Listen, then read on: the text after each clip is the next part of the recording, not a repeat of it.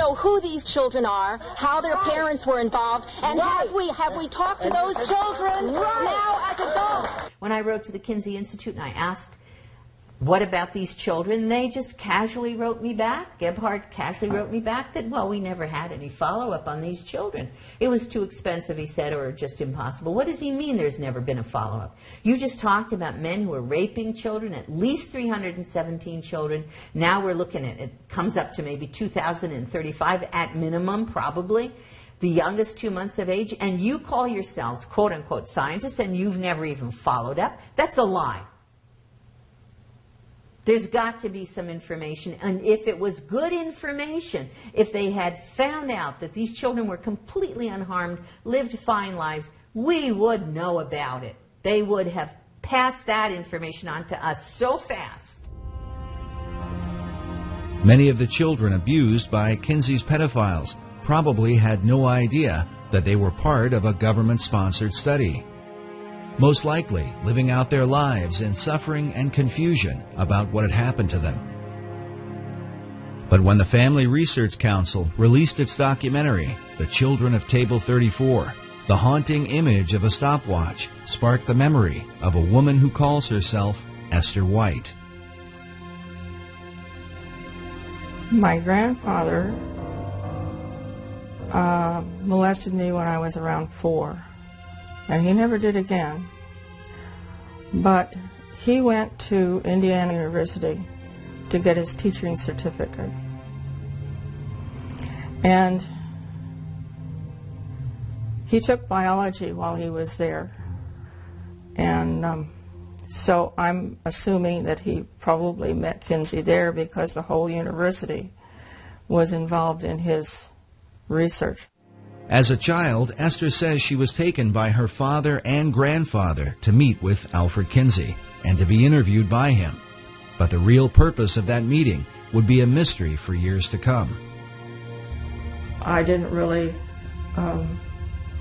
know. I didn't connect at all until I read Judith Reisman's writings, especially when it came to the video that she did where they showed a stopwatch. And that was the key. I realized, yes, that was what was going on.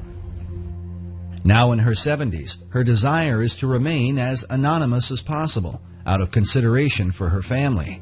Esther White is her assumed name. How old were you when you met Dr. Alfred Kinsey?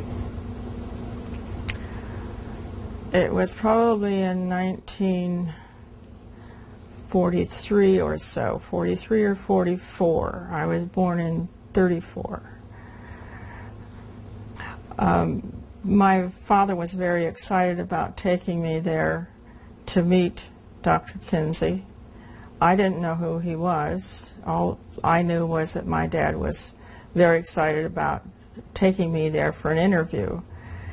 And he was instructing me that I was to be very nice to this man and answer him. He told me they would ask me about my family and whether I loved my family and so forth. So when we got there, it was at my grandfather's and great-grandmother's house. And Mr. Kinsey and his 2 colleagues were late in getting there because it was winter time.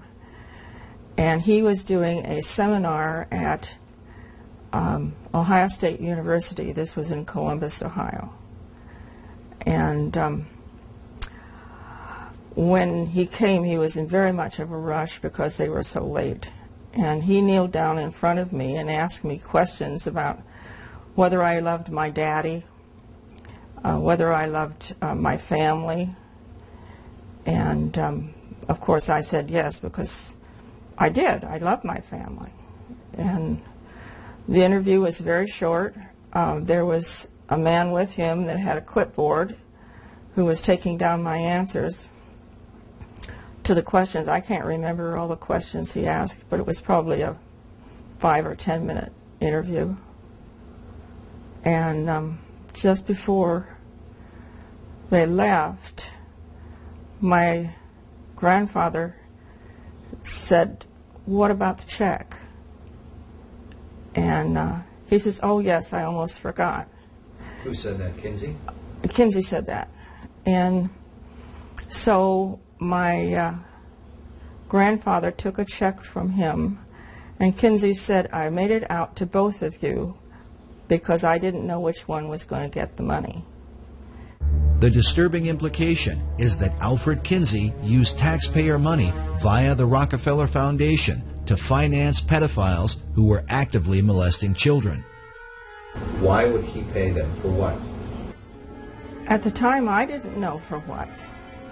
Many years later, I had found out that my dad had actually helped Alfred Kinsey do research for his book.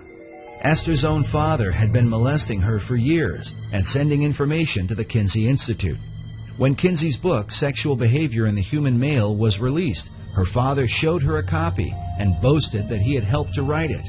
At the time, she did not know what he meant. He gave me a copy of the book in 1947, but it was a pre-edition signed by somebody, autographed by somebody, and I don't remember who, but my father gave me the book and said that he helped Alfred Kinsey research on the book, and that it was going to change the way the world looked at sexuality. How old were you when your father first began to molest you? I was probably around 6, maybe 7. I couldn't tell you exactly. Do you ever remember your father molesting you with a stopwatch? Yes. And then would he record information? There were papers on the dresser, and I saw one of the papers one day, and it had a lot of questions on it. And there were little boxes to check those things off when those things were done. And it was talking about orgasm. I didn't know what that word meant, but at the time. And when I asked him what that word meant, when I saw it on the paper, he grabbed the paper, put it in a brown envelope, and he said that he was late in sending this in. And he put it in this big brown envelope. Esther's revealing testimony confirms Paul Gephardt's statement that Kinsey worked with parents who sent him child abuse data. She was also interviewed years ago by British filmmaker Tim Tate, who directed the documentary Kinsey's Pedophiles. Esther White, for what it's worth, swore what's called a statutory declaration here. She swore on oath that the information she gave was true and to the best of her recollection, and so did her mother. We asked Esther to give us her opinion about the Kinseyan philosophy that children are sexual from birth. Children are not sexual from birth. They are obedient to whomever is over them. In my case, it was my father. You honored your mother and your father. You obeyed what they said. You did what they said. That's the reason I was silent for so many years. I was told not to tell my mother that this was normal, and all the other little girls and boys were doing this too. So this was not a rare thing at all. They just didn't talk about it. So I was made to believe that I was sexual, but I wasn't. I hated it. I cried, I had convulsions, but that was totally ignored. She's heartbroken about the life that she lived because of her abuse at the hands of her father and grandfather, who were working for Kinsey and sending material to him. There are others out there like that. Bancroft said he knew there were, and he was afraid they were going to show up. He wasn't talking about one pedophile. when he said he was afraid that the children of these pedophiles would show up. He was talking about a lot of people who were damaged, and he knew it. And the Kinsey Institute knows it, and Indiana University knows it, and they've always known it.